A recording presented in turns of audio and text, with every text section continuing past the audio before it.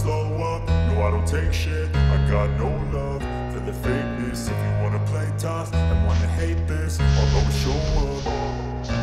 I don't ever slow up, no I don't take shit. I got no love for the fakeness. If you wanna play tough and wanna hate this, I'll always show up and make a statement. I don't ever slow up, no I don't take shit. I got no love for the fakeness. Sonali Bendre ఒకప్పుడు star heroine గా ఓ వెలుగు వెలిగింది. కేవలం హిందీలోనే కాకుండా తెలుగు, తమిళ, కన్నడ భాషలో కూడా పలు block buster చిత్రాల్లో నటించి మెప్పించింది. కానీ ఒక దక్షిణాది సినిమాలో నటిస్తున్నప్పుడు మాత్రం సోనాలికి చేదు అనుభవం ఎదురైందట.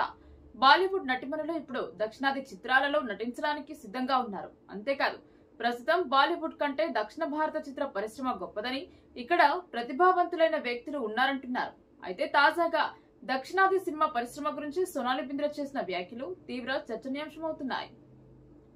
నేను కొన్ని తెలుగు సినిమాల్లో నటించాను, మధ్యలో ఒక కన్నడ సినిమాలో యాక్ట్ చేశాను. అయితే తనకు ఎదురైన చేదు అనుభవం ఏమిటో మాత్రం వెల్లడించలేనిది అందాల తార సోనాలి బింద్రే.